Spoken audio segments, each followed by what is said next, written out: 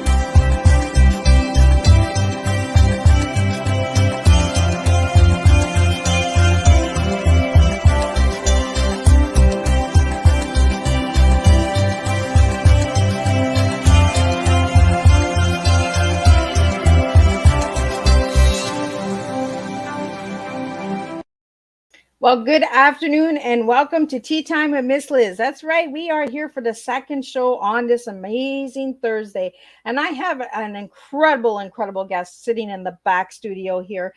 She is a returning guest from season 2, Constance Woulard. Oh my goodness, she's also my sister of change and leaders. And oh my God, like there is so much that we're going to do this afternoon. We're going to spill you a good, strong TEA. And we're going to show you just how much transformation has happened in 2 years with this amazing guest. So before we get started, we're going to do the disclaimer and all of that good stuff. And then if you have any questions, throw them into the comments or directly send your questions directly to Miss Liz's inbox. And I will get those questions asked to Constance as we are live today. And if you have any comments or anything like that that you would like to share with us, you can reach me on my website. You can reach me through direct messaging and you can reach me through any of my platforms. So again, I'm really excited. As you can tell, season 2 guests returning. I love when my guests return. It just makes me extra special and happy. So let's get this disclaimer going and let's get a little bit of bio of Constance Woulard, and then we're going to spill a good strong TEA with you this afternoon. Miss Liz is going live using StreamYard. Before leaving a comment, please grant StreamYard permission to see your name at StreamYard.com. Please be advised that the content brought forward for any Tea Time show hosted by myself, Miss Liz, is always brought forward in good faith. However, there may bring forward dialogues and opinions that are not representative of my platform. The facts and information are perceived to be accurate at the given time of airing. All Tea Time guests and audience participants are responsible for using their good judgment in taking any action that may relate to the discussion. The content brought forward may include discussions for some where they may be emotionally at risk. It is significant to know that this show is engaging in discussion forums only to offer and inspire awareness and connection and is not providing therapeutical advice. If you have any questions about the disclaimer or the panelist discussion, you may freely contact me, Miss Liz, through my email at bookingmissliz@gmail.com. Moving forward, should you choose to voluntarily participate in today's show in any aspect, I myself, Miss Liz, welcomes you. And should you choose that the show is not made for you at this time, I respect that choice and I will see you at a later show at a later date and time. And again, all tea times this year are done on a Thursday, morning, afternoon, and evening. If they are not on a Thursday, they are rescheduled, which will be a Monday or a Tuesday. So let me get Constance in here. But before I get her in here, I'm really excited. And I want everyone to share this tea time because we got some incredible news coming. Constance Woulard is a professional speaker, visionary nursing leader, mindset coach, and 12-time best-selling author. Constance Woulard is an emerging force in the national and global community. She's recently took the stage in Paris, France, to speak on suicide prevention during Women's History Month. She collaborated with Dr. Cheryl Wood and the legendary Les Brown in the Unleashing Your Undeniable Impact anthology and speaking tour, November 2021.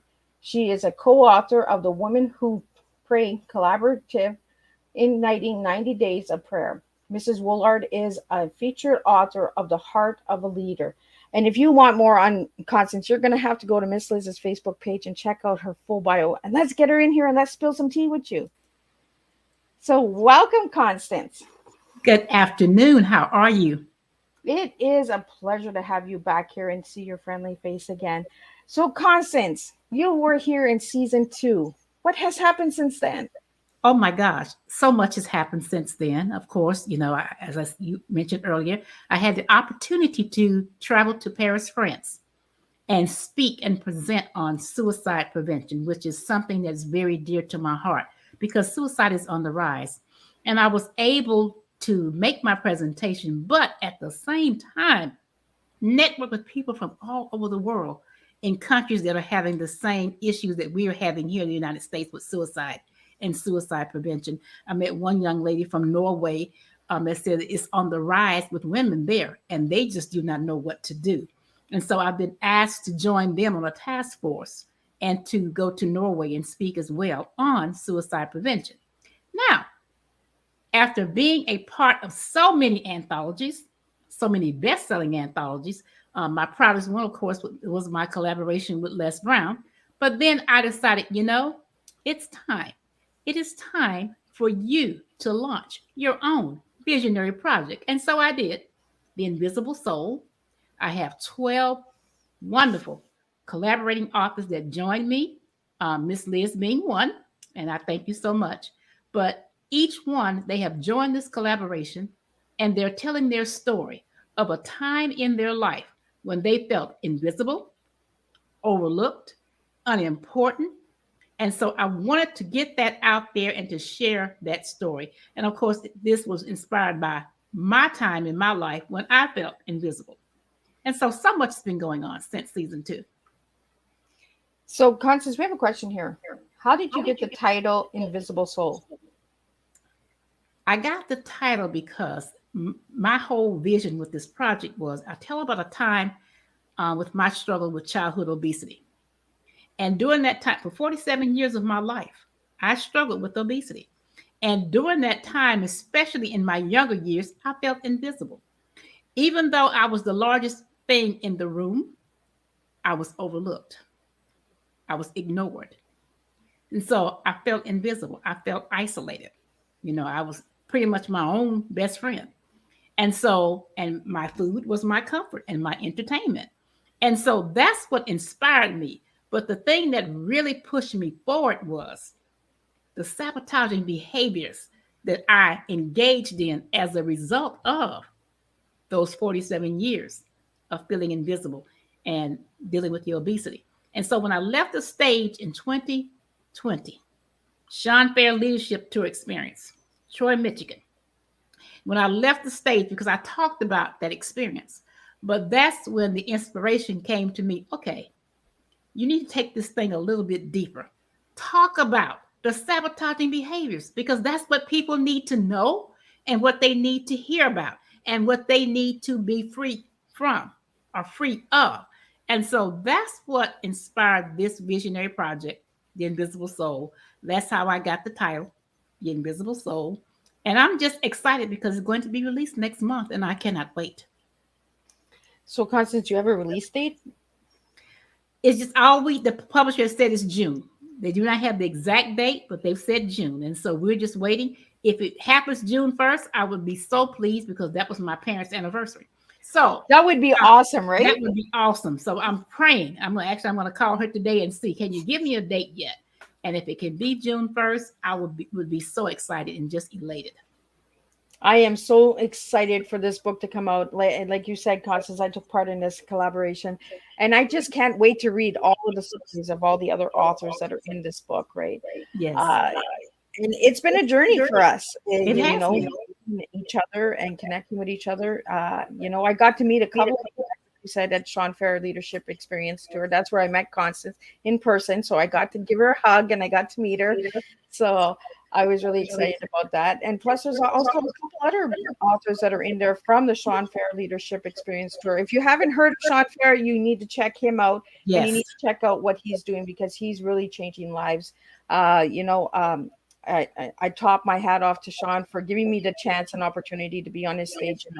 I was scared, but I served my tea and I shared. But Constance, I want to get into, since 2021, what has Constance done for Constance? What Constance has done for Constance is just to continue to enjoy life from my perspective. And when I say that, that is to enjoy doing the things that I love doing. And the things that I enjoy doing most of all is educating, elevating, and empowering others.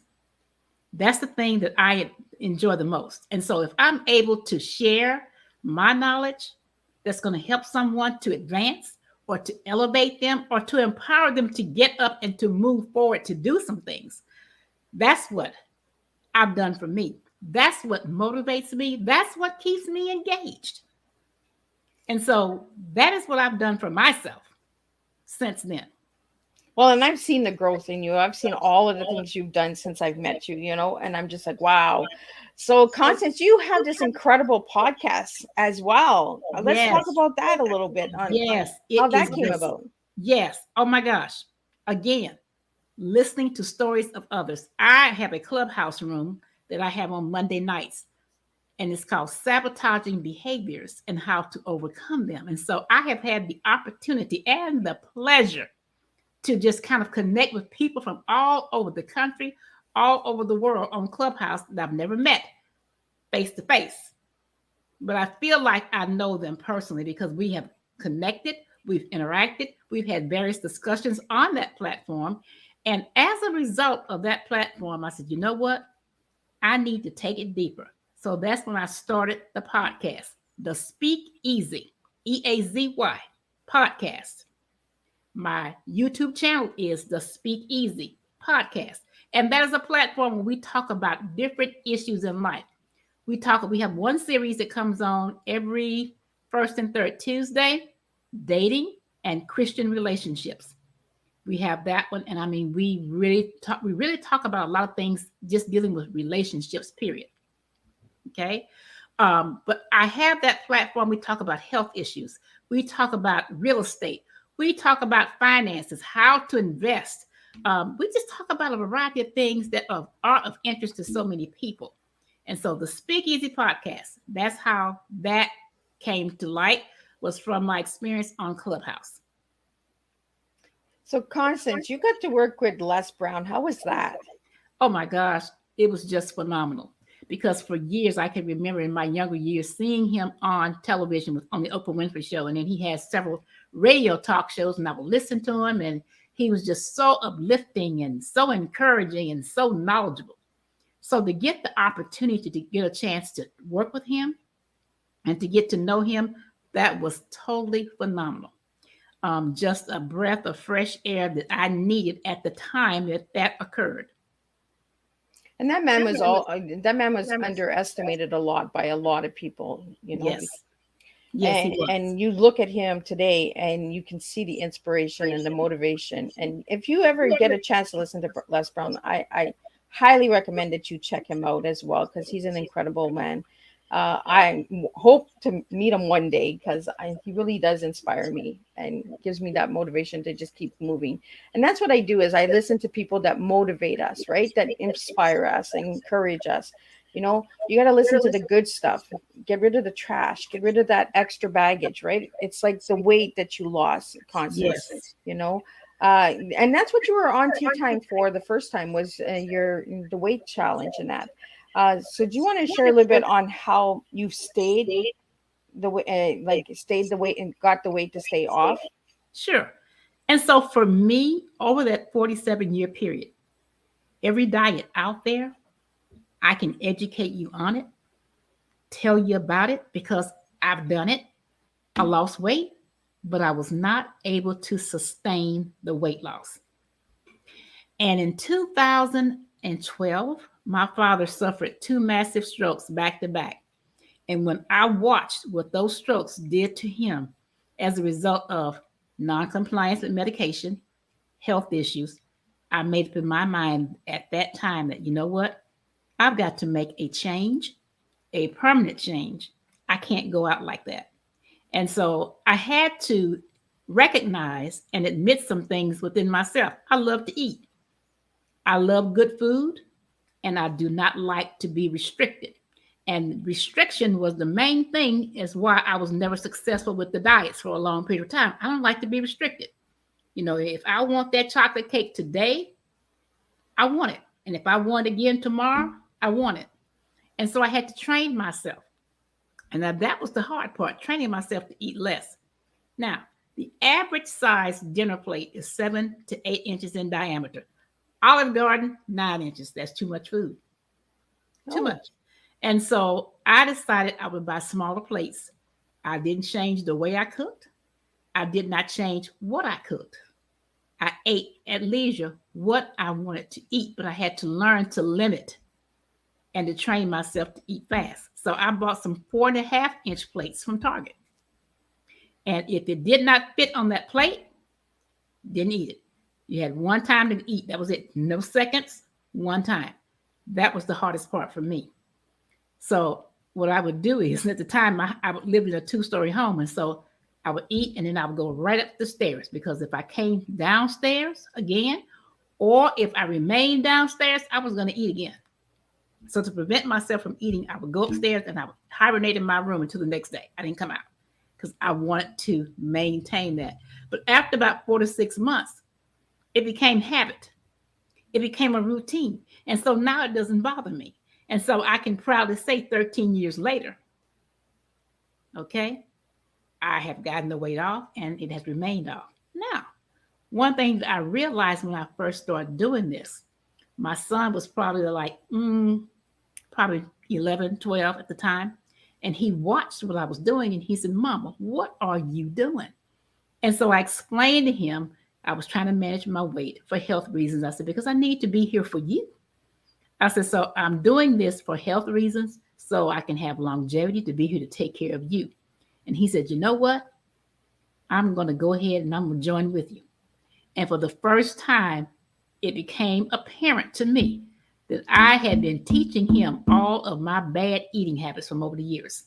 Oh, it never dawned on me. Right. We never think that our children are watching and repeating, right? Yes. And when he said that, I was like, oh my gosh, I have been teaching him all of my bad habits.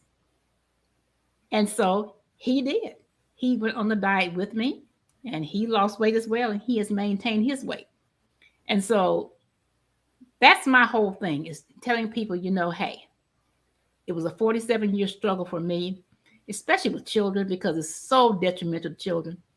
You know, you're ridiculed, you're picked on, you're teased. And then when you go through puberty, that's a hard time for children to be overweight as they are going through and experiencing puberty.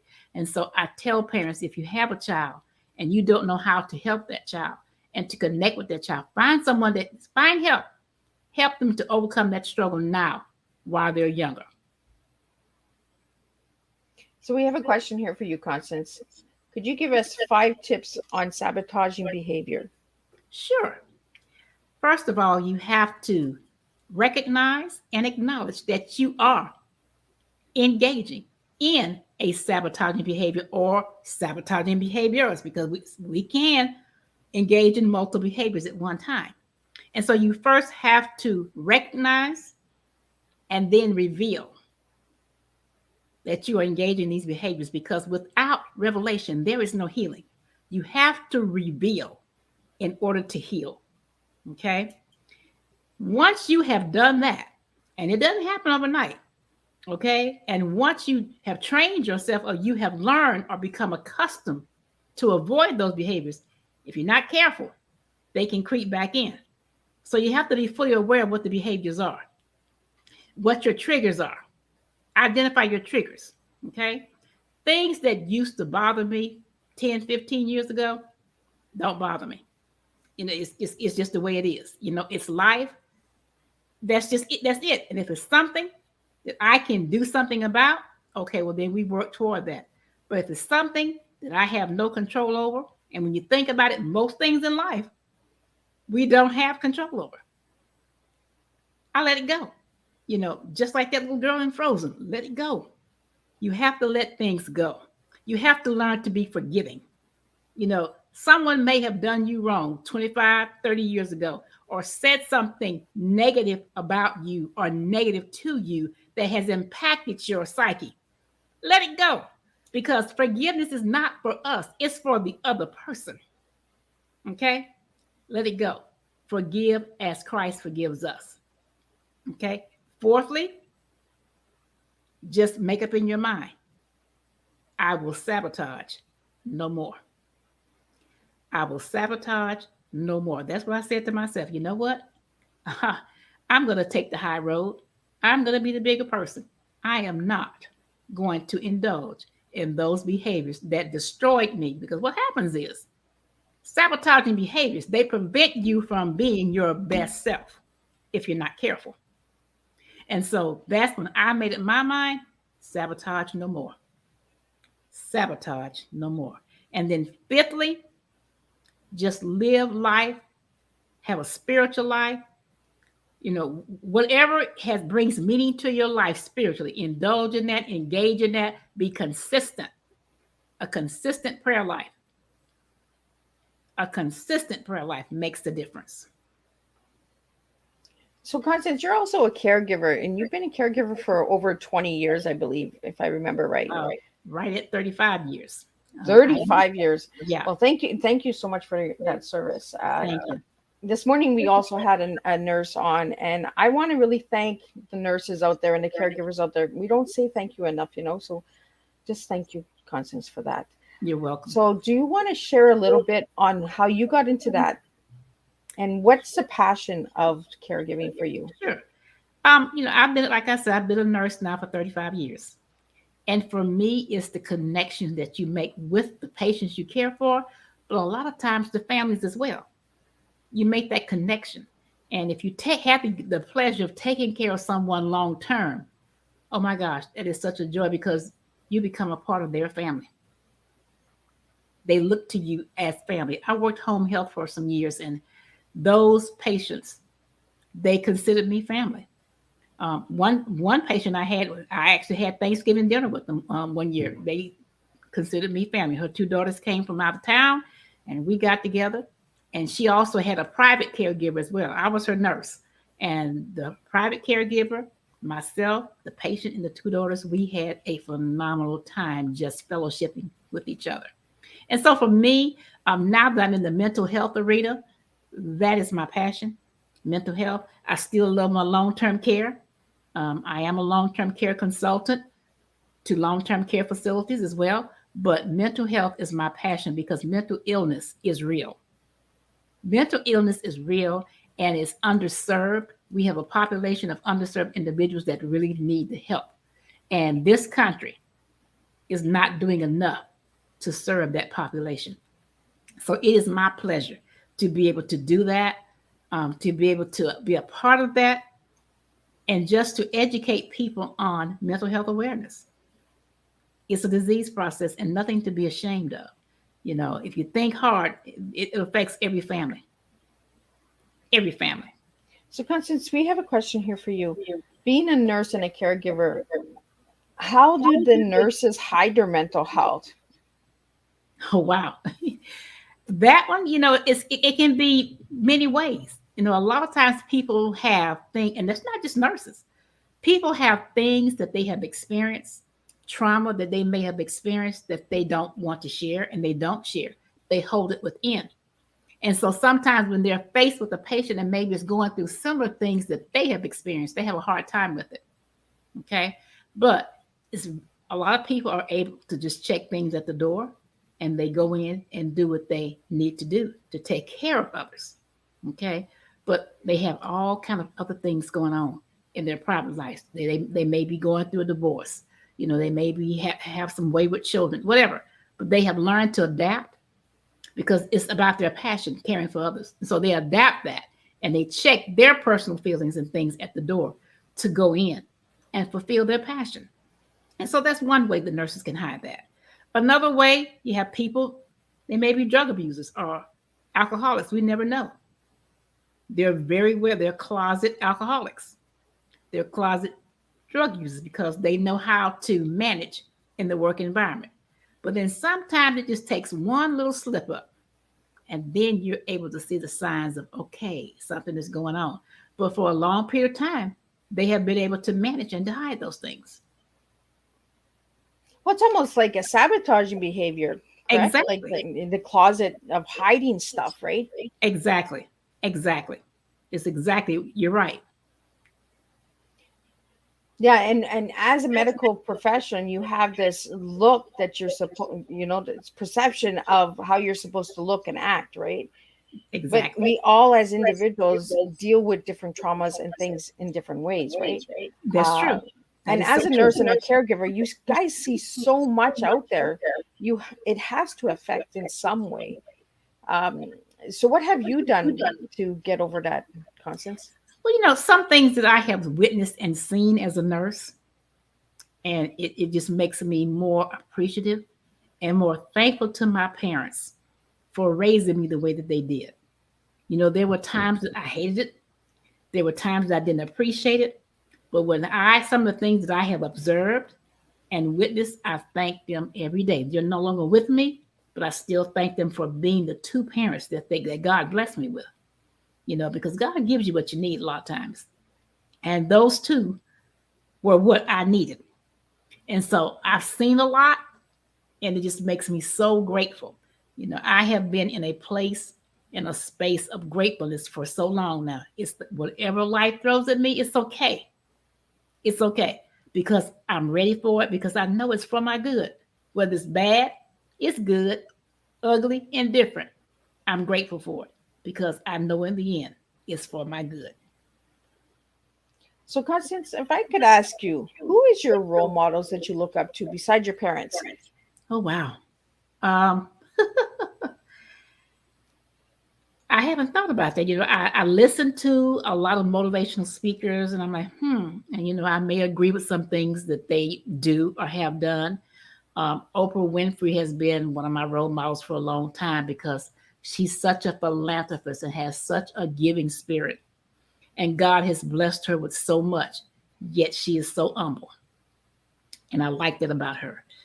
She's always striving to help the underserved and to do things to empower and to elevate and to educate others. And so I could say maybe Oprah is one of mine. I look back on some of my grandparents, some things that they did in their lives that have inspired me to want to do more. My grandmother was an educator for 43 years, and just her interaction with children in the community and the respect that she gained from the community of those kids that she educated has made a difference in my life as far as being an educator. I wanted to ask you that question because you do a lot of leadership roles and you help a lot of people. You mentor a lot of people, and you're also into tutoring. We're going to get into that in 2 minutes here. And we need to have role models in order to be a role model, correct? So I wanted to know who inspires you and who really gets you to move and say, you know what, if they can do it, I can do it. If they've gone through that, I can get through this, So I want to get into the tutoring now because you're tutoring now. So let's talk a little bit about the tutoring, because tutoring has to do a lot with role models and mentoring shifts, right? Yes. And so I got involved with the tutoring because I have run across so many nursing students that have paid large amounts of money to attend a nursing program and to matriculate. And if you've never been to nursing school, maybe you can understand or you can't. But when you're in nursing school, you give up your time, your talent, and your money. I think back when I was in school, the number of family functions that I missed because I couldn't go. I had to study. And nursing school can and is a very humbling experience.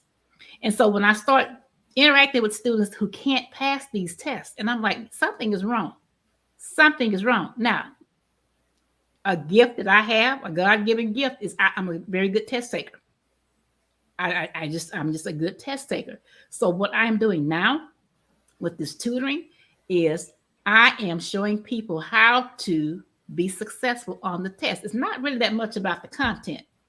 It's the game, because there is a game to testing and the strategy. And so that's what I'm working with students on now, is how to look at the question and to make sure that you understand what is being asked of you or what is expected of you. And so I teach test taking strategy. I look at question analysis and interpretation. I look at keywords and helping them to understand those words.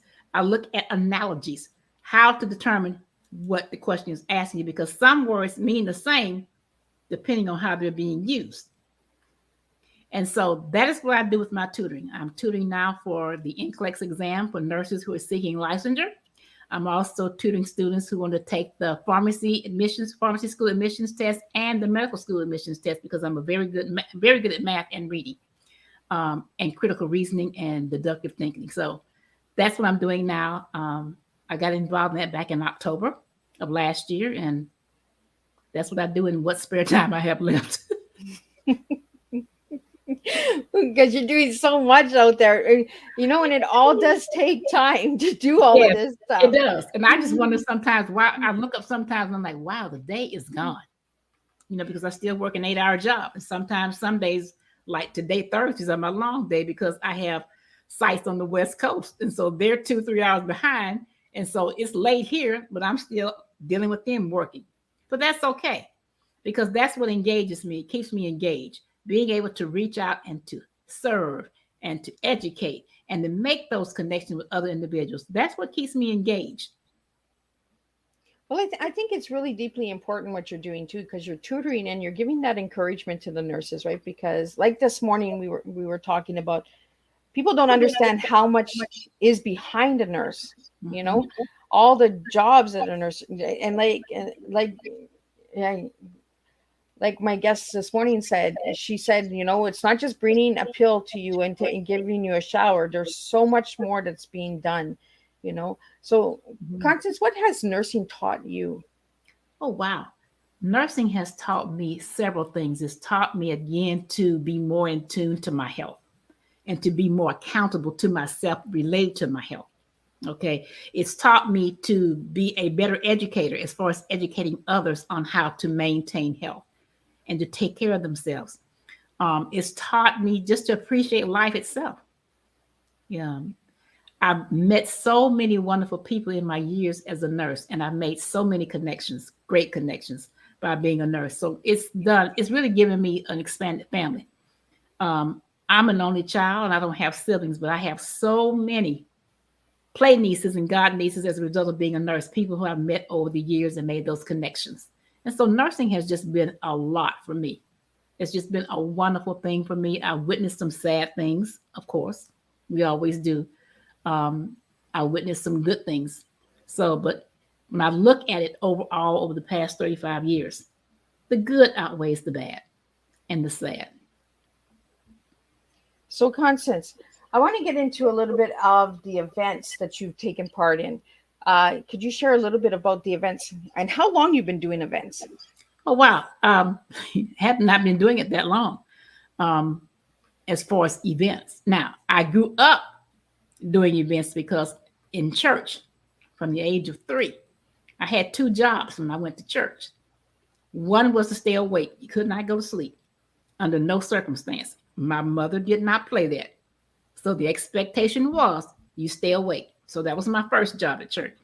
The second job was if they announced a program of some type, I didn't have to ask. I knew my job was to stay after church to go and get information on that program. Why?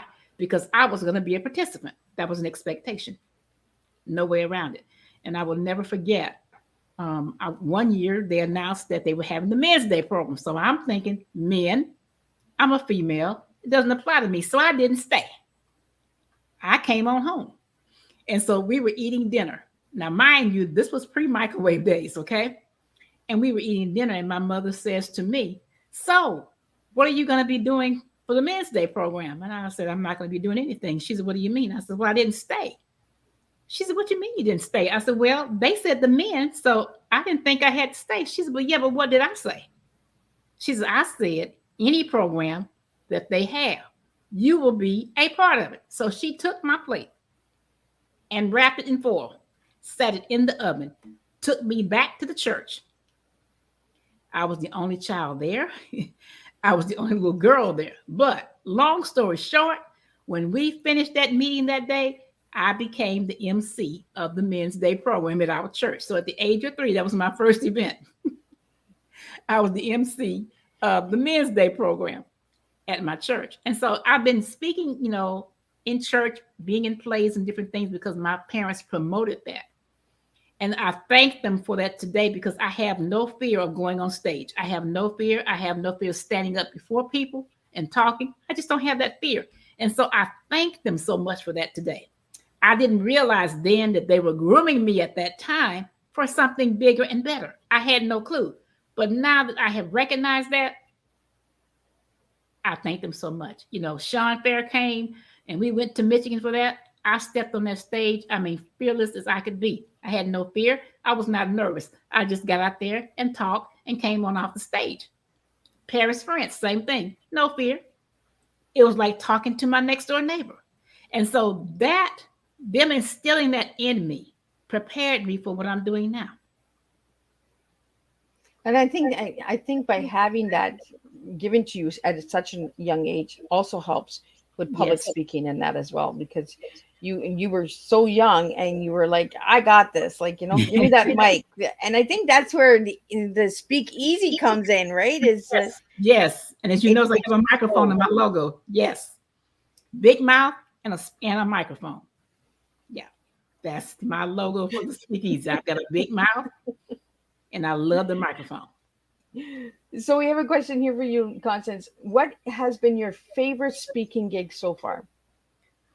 Oh, wow. My favorite has been, again, going to Paris and speaking there to such an international crowd, for one, and the connection that I made. But again, talking about my passion, suicide prevention, mental illness. And so, and the funny thing about that is the months ahead as I was preparing to go to Paris to speak, I had a totally different topic. But I was watching the news, and you may remember that they had this former Miss USA. Yes. She jumped out the window, and I'm like, okay, I'm getting ready to change this speech right now because this, and then someone else had committed suicide a few days prior to that. And I'm like, you know what? This is something that's big, and I need to be a part of heightening awareness on this. And so I changed my topic midstream right then. And that's what I presented on when I went to Paris. And so that probably was one of my favorite of all the things that I've done. So Constance, have you had anybody in your family or close to you commit suicide? No, I have not. But I have some family members who have experienced mental illness, but no suicide. So how do you feel that we can break the stigma on mental health by speaking? Just by educating the public, letting them know that, everybody sees someone walking the street, they're talking to themselves, you say, oh, something's wrong with them. Their mind's not good. They're crazy, whatever. Okay. But at the root of all of that and all those behaviors is an illness, just like hypertension, just like diabetes. Mental health is an illness. Okay. And so it needs to be treated. Just like we take medications to lower our blood pressure to treat hypertension, just like the diabetic takes either oral hypoglycemics or insulin to lower their blood sugar and to manage that disease, there are medications and counseling and treatment to manage mental illness. And it's nothing to be ashamed of. We all were born with something that flawed us. Okay. But at least for mental illness, there are medications that can help and to treat the disease. Some people were born with things that cannot be treated. And so it's nothing to be ashamed of.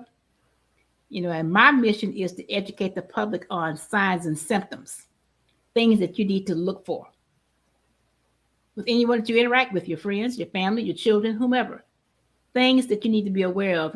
Hey, if this is someone who was always well-groomed, okay, and now they're just looking unkempt and a little frazzled, pay attention. Something's going on with that person, okay? if this person begins to start giving away valuable things all of a sudden, and that's not their nature, but all of a sudden now they want to give away their valuables, one of the first signs of suicide. They're planning their strategy right then. They're releasing things of this world. And so that's what my mission is, just to educate people on, hey, watch your family members, watch your children. If you notice something that's kind of off kilter, pay attention. Don't ignore it and don't overlook it. Pay attention. Pay attention. You just brought up something, and I never really paid attention to that before, was people giving away their valuables. It's the red flags and the signs. Pay attention to the signs. There's so much out there that we're not paying attention to. It's like you said, like as soon as we walk by somebody who's talking to themselves, I talk to myself all the time, so I get crazy all the time, but we need to really start paying attention to the little details, and start really opening up that conversation and having that open dialogue. I find is going to break that stigma and break the shame on mental health. Why are we shaming it so much? Why is there so much shame on mental health when 1 in 4 is diagnosed with a mental health illness? I believe it's 1 in 2. I don't know the 1 in 4, but I say 1 in 2. Yeah, I agree. And people tend to be afraid of individuals with mental illness. The company that I work for now presently, we provide mental health services and competency restoration in prison environments. Okay. Oh. And so people ask me, well, aren't you afraid, something's gonna, no, I'm not. Because guess what? Just like me, they are someone's brother, sister, daughter, friend. They have loved ones that care about them as well. And so they're individuals just like me. So my thing is, I respect them in spite of what they may have done. One of my sites is like a forensic hospital. And so we have people that may have killed their whole family that morning, and lunchtime, they're with us because they're not competent to stand trial. So they come to us to restore competency. Sometimes they're restored, sometimes they're not.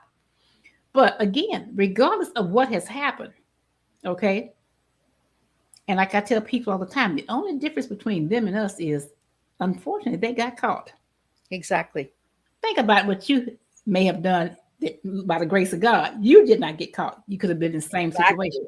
It can happen to any of us, okay? And so just because they're behind prison bars does not give us the right to disrespect or demean.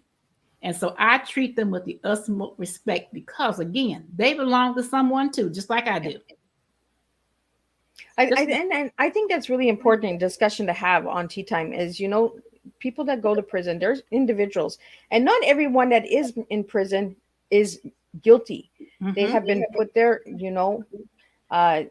there are mistakes in life. People do make mistakes. Even the systems make mistakes. Yes. We need to start being transparent and really say, you know what? I made a mistake. I messed up. I think we're going to get more change in the world, more humanity back when we start facing and saying, you know what? I'm human being. I made a mistake. I hurt you. I'm sorry. Start being really authentic with everybody. Be yourself. And I say this all the time. That, Constance. Miss Liz always says, be yourself. If you're having a hard day, show people you're having a hard day, because maybe your hard day is helping somebody else that's having a hard day, because they might be saying, you know what, if she can show that she's having a hard day, I can too. Exactly. And it's not about being negative. It's about showing people the rawness and the image that we're not masking our pain. We're actually showing our pain. It's about being human. It's all about humanity.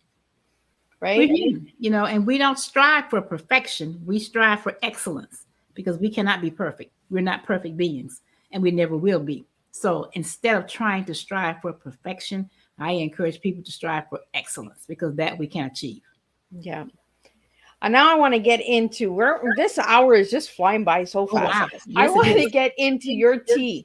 Constance, if I give you the TEA, what words are you giving me today? Oh, wow. So I have a multi-blended tea that I'm going to put out there. Okay. So we're going to look at the letter T. Okay. thoughtfulness, and transparency. The letter E, educate, elevate, and empower. The letter A, authenticity, acceptance, and alignment. And that is my blended tea, my multi-blended tea.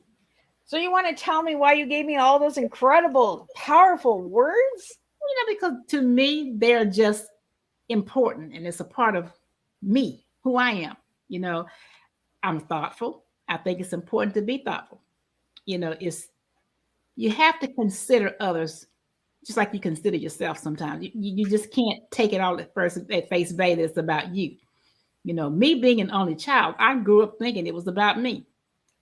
And one day I realized, you know what? It's not about me. I'm not in this world by myself. There are other people. So that taught me to be thoughtful and to think of others as well as I think of myself. Okay. Transparency is so important. It is what it is. That's what I tell my son all the time. Just go ahead and put it out there. It is what it is. Be truthful. There's no reason to hide. People used to say one time, well, you got skeletons in your closet. Well, my thing is take those skeletons, put some skin on them, and bring them to life. Make those babies dance. There you go. There you go. And then as far as the E's, that's my mantra. Educate, elevate, and empower. Okay. And then the A with the authenticity and acceptance. Accept people at face value. Meet them where they are. Okay. Someone met me where I was one day. Okay. And so meet people where they are. Deal with them at their level. Okay. And then alignment. When you do all these things, everything in life and nature aligns. I really like that word alignment because it really brings you to the right dots, right? Yes. We're all dots in the universe. And yes, when we align with the right dots, we make a beautiful masterpiece. We actually create a beautiful flow. Just like this incredible book that is coming out. I'm so super excited about The Invisible Soul. And I mean, like, you got to go and grab a copy when it comes out, like, because there's so many incredible authors in that book. Yes. And I'm not trying to toot my horn, but Miss Liz is in there and I'm the ugly duckling drinking the tea. So you want to read that story. Constance, what is your chapter based on? Hidden Treasure is the title of my chapter. And I take you from age 3 up until last year when we started the collaboration. And it's called Hidden Treasure. That's the visionary chapter. And one thing I want to say is once the book is released, I'm planning some book signing tours. The first one will be in Charleston, South Carolina. I get to travel? Yeah. And so I'm going to all the places that I've lived. So we're going to go Charleston, South Carolina, because I've had family in the area. Okay. There's going to be one in Phoenix, Arizona, because I lived in Phoenix for a while. There's going to be one in Des Moines, Iowa. There's going to be one in San Antonio. And there will be one in Kansas City. So stay tuned. Stay tuned. There's some good news coming, guys. Yes. And who knows? Maybe we'll do tea time in all of those different states. Hey, that would be wonderful. No, we're getting things planned right now. I called all my friends in these areas. I'm like, okay, my book is coming out. I need you guys to find a venue and the plan to help me plan this book signing. Okay. And so I've got my friends working on it and we're going to make it happen. And I think it's really important to bring back that home style, right? Like you said, you're going back to all the places. So it kind of brings them on the journey of your story as well. Yes. Not only read my chapter and my story, but travel with me to these locations, and anybody that's impacted with your chapter, Constance, they can say, you know what, where's the next road trip we're going to? Like, where are we going? Where's the dots, right? Get people really excited about just hearing those stories and meeting all of us, Yeah, I'm on board for traveling. I could use a good trip. Okay. And I think it would be awesome to see you again in person. I haven't seen you in a couple of years. So it really is amazing to see you again. But I want to ask you a couple more questions, and then we have a couple comments here that are coming in that are saying, Constance, way to go, Rocket Girl. Thank you. Paris, wow, we got. And I want to get into the one word that describes you as an individual. You gave me the word visionary. Why visionary? Because I always look to the future and what the future will bring. How will I be more advanced as time goes on? And so how much more matured will I be and refined as a woman, as a leader, as a friend? You know, that's why I said I'm a visionary. I look to the future and things to come.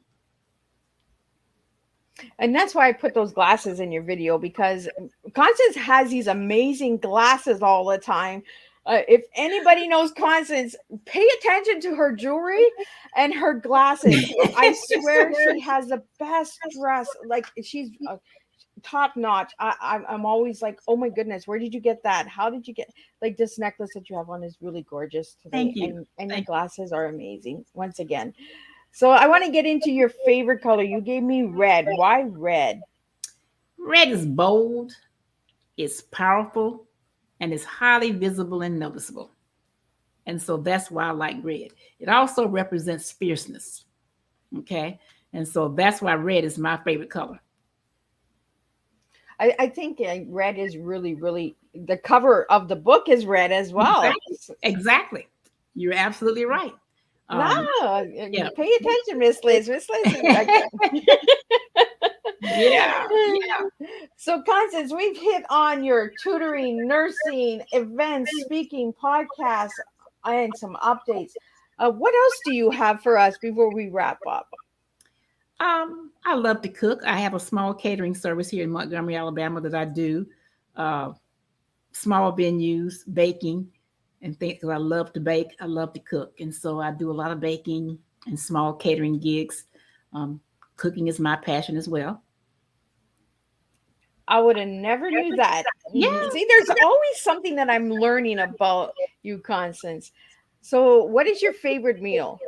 My favorite meal, I love pastas, but my favorite thing I like to prepare is gumbo, because it brings back so many memories of me growing up. Because whenever my mom made gumbo, she started me off small by cleaning the seafood, of course, that was my job, and then chopping the ingredients to go in the gumbo. But as we did that, it was a lot of work and a lot of time, but that was our one-on-one time. She and I, we talked about things, and she shared things with me that she endured and things that happened in the family or whatever, and just different things. She just told different stories, how she and my dad met, and all these things. And so that was our time to talk about things and to just really have some good, candid talks. And so that's why gumbo is so important to me.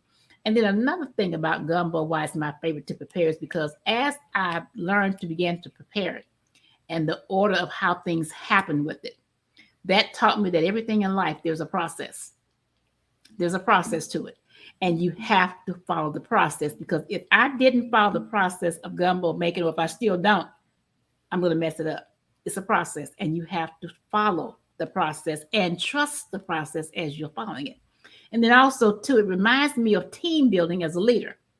Everybody's diverse and has different ideas and different talents. But if you take time and you collaborate and you blend those talents, you have a wonderful team. Same thing with gumbo. The ingredients have their own uniqueness, but combine them, you make a wonderful pot of gumbo. And so gumbo is my favorite. And gumbo is like a bunch of stuff that's mixed together. Yes, okra, tomatoes, onions, bell pepper, celery, shrimp, crab. You got it there. And so each one of those items have their own unique taste, but when you blend them, it's the blending, the sharing, and that collaboration of those different things that make the gumbo what it is. And that's like with team building. When you take those diverse talents and put them together, and they work together cohesively as a team, you have an awesome team. So we have a question here for you, Constance. What does team mean to you? Okay. I'm going to tell you two things about team. You've heard the saying that there is no I in team. heard that over and over again. But Shaquille O'Neal had made a statement about a conversation that he and Kobe Bryant had after one of their games. And, he was telling him, the message he was trying to deliver or to get to Kobe was, you don't have to be everything to everybody all the time. And he said to Kobe, there is no I in team. And Kobe's response to him is, yeah, but there's an M and an E, me. And so for me, that ME means, what is my responsibility and my accountability to my team? How am I interacting with my team? Am I delivering as I should? Am I developing as I should? Am I receiving as I should? Because sometimes as a leader, we don't receive well. Sometimes we need to sit back and follow sometimes as a leader. And so that's what team means to me. But again, it's just the blending of talents, the collaboration, the sharing, and at the end of the day, agreeing to disagree to move the team forward. I never ever thought of it that way, with the M and the E. Team has me a part of it. Without me, we don't have a team because we have one individual, right? Yes. So it's almost like building the letters, like a block, just reversing the letters and playing with the letters. You just open like my whole creative mindset here. I'm just like, oh my goodness, I'm going to take this thought and move it over here. And, so any final words that you have for the listeners out there today, Constance? Sure. For anyone out there who may be in a place of stuck, maybe you just feel like you're just stuck and your life is not going anyplace, I'm here to tell you that make a conscious decision if that's what you want, for your life to move ahead and for you to excel. It can be done. We all have been blessed with our own unique talents. God gave us all the tools that we need and that are necessary for us to be successful. So just think within yourself, what am I good at? What do I enjoy doing? And take it from there and trust the process. So make yourself a good pot of gumbo. There you go. That's what I get from the progress is build a gumbo, and that's just what we need. We need each other in order to make it a good, strong pot. And it's like you said, flavors and blends. And that's what we do at Teatime is we put the flavors and blends together and we serve a different type of tea here on Teatime. We don't serve the beverage. We serve personal stories and overcoming and updates, like incredible updates. So Constance, you have any other plans besides The Invisible Soul coming out? Well, after The Invisible Soul has been released, I have a second anthology. It's called Prayer and Purposeful Praise.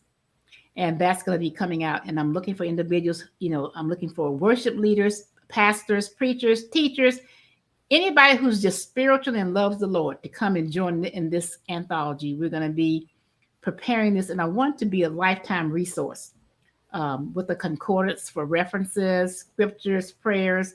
If that person wants to look for a prayer related to stress, they will look in the concordance and be able to find that.